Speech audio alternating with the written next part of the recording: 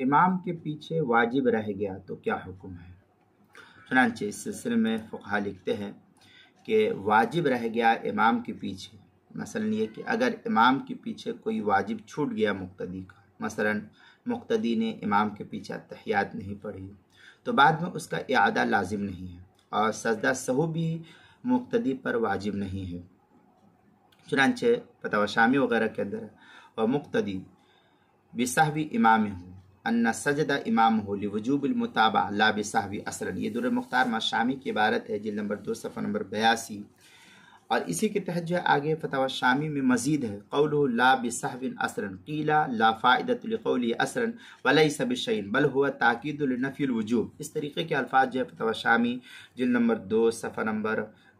کیا نام ہے 82 باب سجود السہوی کے تحت جو ہے اس کو نقل کیا گیا ہے۔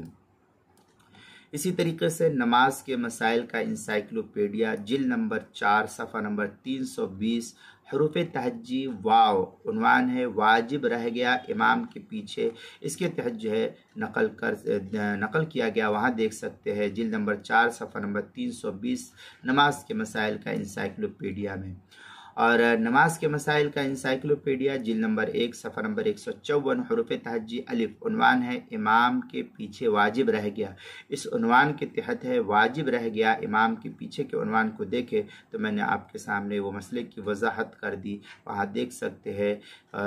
جلد نمبر 4 صفحہ نمبر 320 کے تحت۔